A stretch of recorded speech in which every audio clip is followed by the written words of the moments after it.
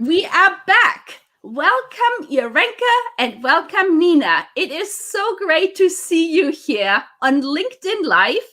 And I'm super appreciative that, again, you're my inaugural guests. First, you were my inaugural guest at my podcast, Job Sharing and Beyond. And today you are here at LinkedIn Live to tell our listeners and our viewers what is going on with you since we've last talked on the podcast, which was early in the pandemic last year. So welcome to the show. And because there might be people here who do not know you yet, we decided we are going to do an introduction a little bit different. We are going according to Working Out Loud, where it is basically we use 5 facts to introduce ourselves. And I can get started with the 5 facts. So my 5 facts are: I am the podcast host of Job Sharing and Beyond. I focus on getting faster to gender equality by having more flexible work available around the world for everybody. I'm a mom. I live in Vancouver, Canada, which is my 4th country I'm living in, and I love black licorice. Now to you, Irenka. Could you share your 5 facts with our viewers? Karin, it's so good to see you again. Thank you so much for inviting us again. It's a big pleasure to be here. So, like you, I'm trying to promote also this kind of model of job and top sharing. And I'm so happy that Nina is here today with me, as we are just every day living that kind of model together. And I'm also a mom of 3 children. They're getting very big now and also traveling around. But it's very nice to see that. And also, I have also sometimes dreams like you to get out. But I must say what is important for me are all these values, integrity of those models we are supporting. And this is really what I feel. Thank you so much. And now to you, Nina. Thank you, Karin, for inviting us and for having us here in the show again. The first fact is I'm the job sharing partner of Irenka, and it's good you made her speak first, because this is a fact. She always makes other people speak ahead of her and likes to listen. I like to listen to the future, and I see that job sharing is a topic that will become bigger in the future. I live in Switzerland. I'm a mother also of 1 kid, and I have a passion for the development of rural areas. Thank you so much, Nina. It is so nice to see you both here. And if people are listening to us live right now, maybe you could share where you are viewing us from in the comments. That would be really nice, so we get an idea where our viewers are from. And while people are going to type this in, let's go back and hear from you guys what has happened since we had the podcast episode, which we recorded really early on when the pandemic wasn't really, well, it hadn't really started in North America at all really yet, and also Europe. There were only very few cases. So what would you describe the biggest changes you have seen in your area of work since then? Whoever now would Nina like to is starting this time. Yeah, you see, She starts now. Every day like this, my day. I think, Karin, one of the biggest challenges that the pandemic has really shown the world that you can work over distances, you can be flexible, you can work or manage better with digital tools. People have increased their competencies, and the exchange also between people working together, between teams, has increased also for distance. So people have seen that, yes, being physically apart is a challenge, but you still find ways of making this distance up. And these are all aspects that are extremely important in job sharing. So this is something that has given it really a push to show people that this is something that is possible, that you can manage by different ways, keeping in touch, collaborating together, being in contact. And collaboration generally, I think, has increased also. So this is, I would say, the pandemic has really shown people that flexibility is possible and that collaboration over distance is possible. And so for flexible working models, this has been very good. A lot has been also written about, what is needed to work together. If you work very rationally, you plan a lot. If you have to coordinate, if you have to work creatively. So people have written and thought about it a lot, and it has again proven that, you can collaborate over distance, different times of the day. So just this flexibility, I think, has been very important, and this increase in acceptance. But thank you. And for me also, when I think back when we met the first time, Karin, and now, I think there was a big change in the culture also of people, in the thoughts of people. The word reinventing, the word transformation, you could see it every day on social medias, in the news. And I think that helped us so much. I had the impression that the last 1.5 years, it was like a booming, also the requests we got on top sharing, because suddenly everything was normal. Before, we had always to explain everything. It was like climbing on a mountain and to do something special. Yeah. And now it's just the reverse. They come to us and just ask. So I think that was a very positive change. And the other thing was that we could also coach much more rapidly online. Having a session in the morning, then in the afternoon, then again, everything was faster. And that helped us also a lot. That is really, really interesting. Now, for people out here who might have heard job sharing, but might not be familiar with top sharing, could you just give an explanation what that exactly is, what the difference is? So I start now. So the term job sharing means, very simply, 2 or more employees are sharing a full-time position. And this is important now, with a joint responsibility and also interdependent tasks. The word joint responsibility is very important because it's not a job splitting part-timers. It's really having a common vision, a common strategy, working together. And top sharing, this is Nina who will explain what it is. You guys are good. Top sharing is basically a job sharing of a management position. Nothing else than that. Yeah. So people split the managerial position. And now in our conversation on the podcast, you gave very interesting examples of who might be job sharing, or what kind of aspects, like from intergenerational to intercultural. Could you maybe share a couple of examples that people who are listening in might be not aware about? Mm-hmm. So we have the first typical person we think about, and this is a bit sometimes too much, is the mom having different children and trying to get a part-time position, which is very interesting. This is a very important target that we have. And this is a population of people who is really looking for job sharing. But what is good is that we have many other people today looking for such a position. First of all, men. We see more and more men interested in working in top sharing, having a good work-life balance. We see also more and more people becoming slashers. They want to do a job sharing to have an interesting part-time position, and next to it, beside it, they're just having an own company, being independent. And then you have all these people who just want to have pleasure, to have a nice hobby, to go out, to work part-time, but to have an interesting position. And also all those people, I would say, who are looking also for a transfer when they are near to the retirement, and they're looking for a younger colleague, collaborator, who could then, in a whole process, take over their function. And here in the last months, we got requests pretty often from companies asking us that too, to help in assisting them also in this process, which is very interesting from the knowledge management transfer perspective. I can maybe share 2 examples, Karin. I currently coach.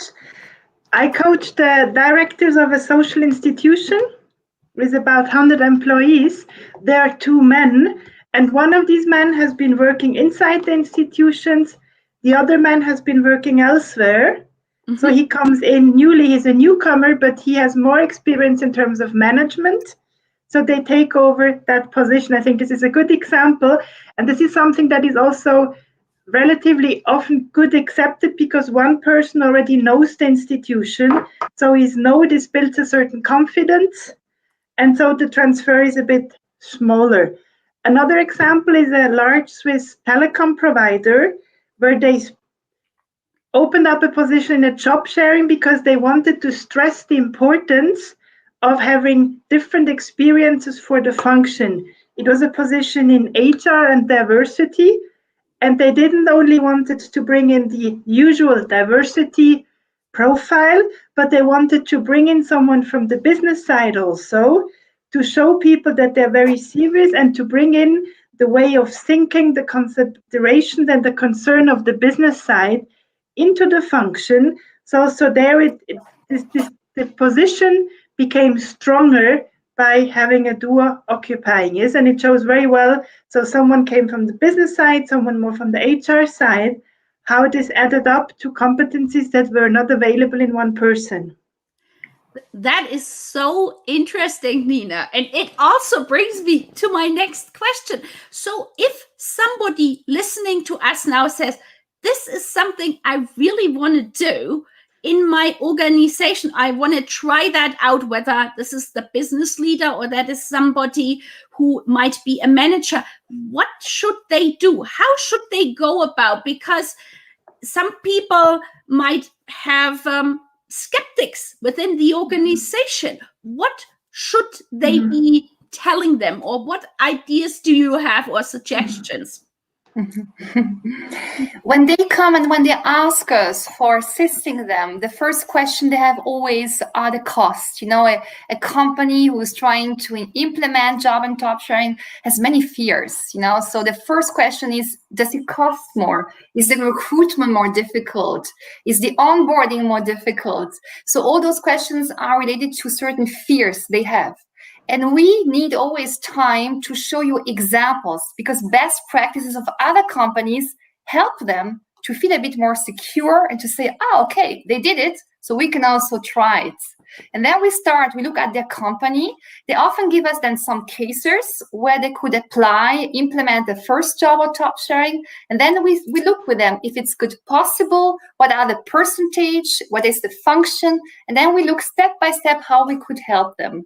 But it's very important to assist them with the points which are the most sensitive. Also, the information cost, for example, sometimes they're a little bit scared how much time is used between the tandems to inform each other. And they're asking many questions. And what we could also see in the last months, and this is a tremendous change, is the technology. You have now company working on shared points, shared documents.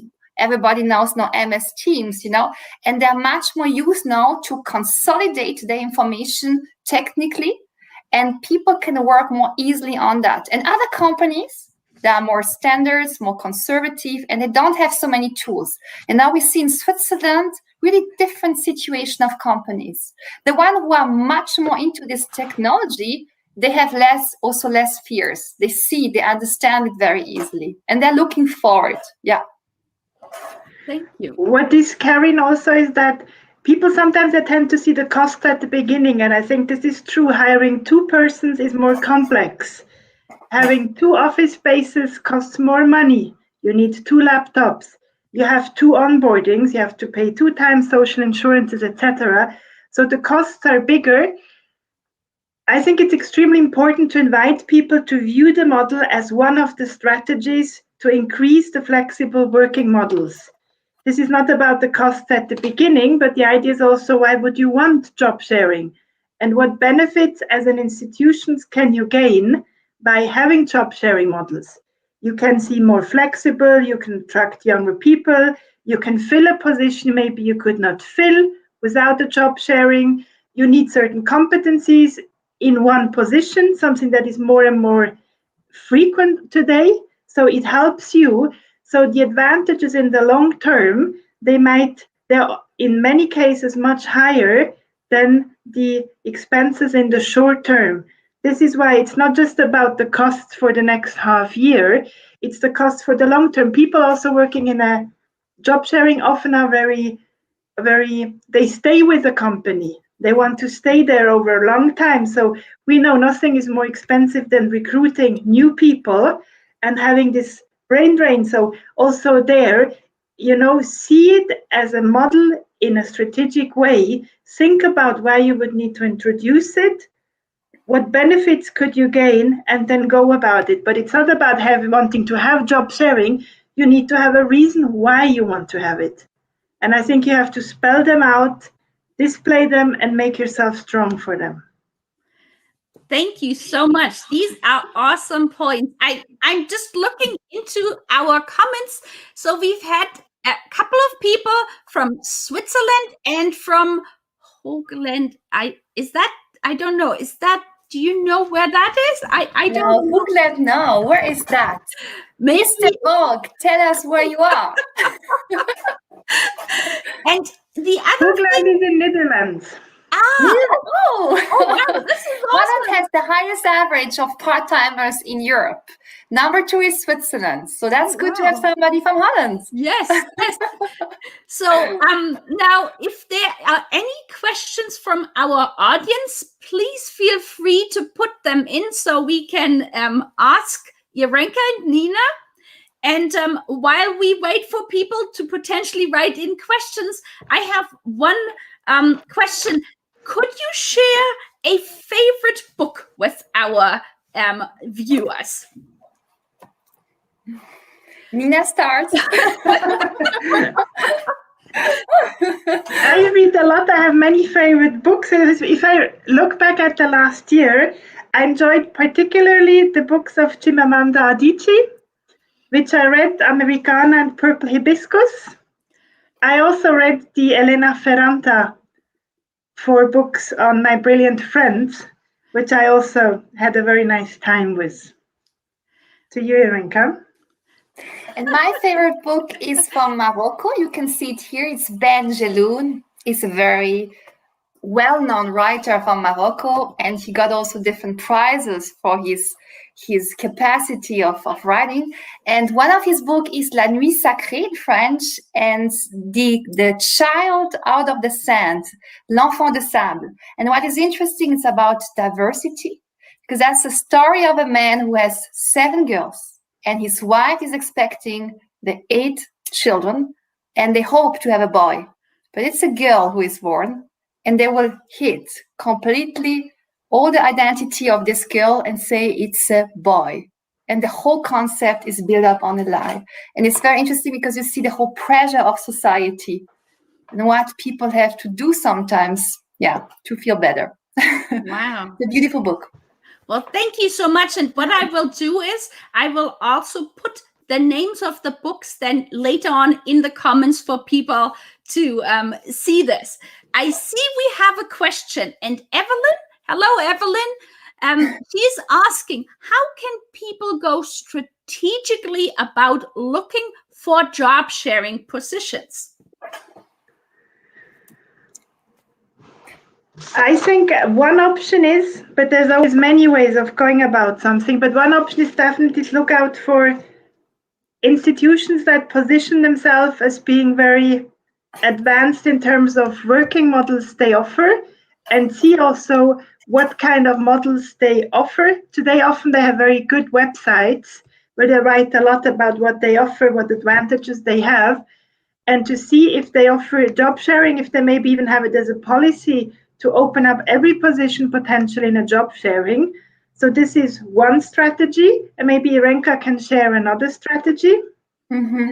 And I see it also from the other perspective. When you are looking as an employee to go strategically to look for a job sharing position, is first of all to find a partner. That's the most difficult at the beginning. And here also you have different options today where you can go ahead and you can look then, okay, who could be my potential partner and where can I apply to? So the both perspective from the employers and from the employee. So the question of Evelyn is very large, from both sides. Yes. And we have also a platform, as you know, we job share. It's a matchmaking platform like Tinder, like Parship, to find potential partner. And what you have in it is the possibility to have a complementary partner, a profile of a person who is complementary to you and who is similar to you too. Thank you so much. This is, I'm looking at the time and we are coming to the end of our conversation. Time just flies. And it's been so nice to see you guys again and to get an update of what has happened in that over a year time period. Is there anything you would like to say as we are, signing off to our audience? I think we want to thank you, Karin, for having been so enthusiastic and uplifting about the topic. We've tremendously enjoyed having been your guest the first time and the second time. And it's, I think, always nice for us if we see people liking the model, finding it interesting, and becoming sort of fans of it. So this is something we thank you, and we also thank you to those who have been with us today for your interest. The same like Nina. My biggest work to you, Karen, is thank you. I could follow you during 1.5 years, all what you did in Canada, in Vancouver, the whole region, and I must say you can be very, very proud of Emily Pass. It's amazing how many messages, how many posts you're bringing out, and I wish you to continue this way. I have the impression Canada will be very, very happy in a couple of years to have you as the promoter of job and top sharing in the country. So thank you so much, and just continue this way. Well, thank you very, very much for being my guests again on an inaugural basis. I really appreciate it. And it is just so interesting to hear all your insights and your knowledge and to enable people to learn more. And based on this, if anybody has not had a chance to listen to the full episode, I highly recommend it because you guys shared even more details. And also, as you have said, go to your website and we will put into the, once it becomes a previously live post on LinkedIn, we will add all of these links as well. So people who are watching it later have an opportunity to then click onto the websites. So thank you very much again. And it's been really a pleasure having you here. Thank you, Karin.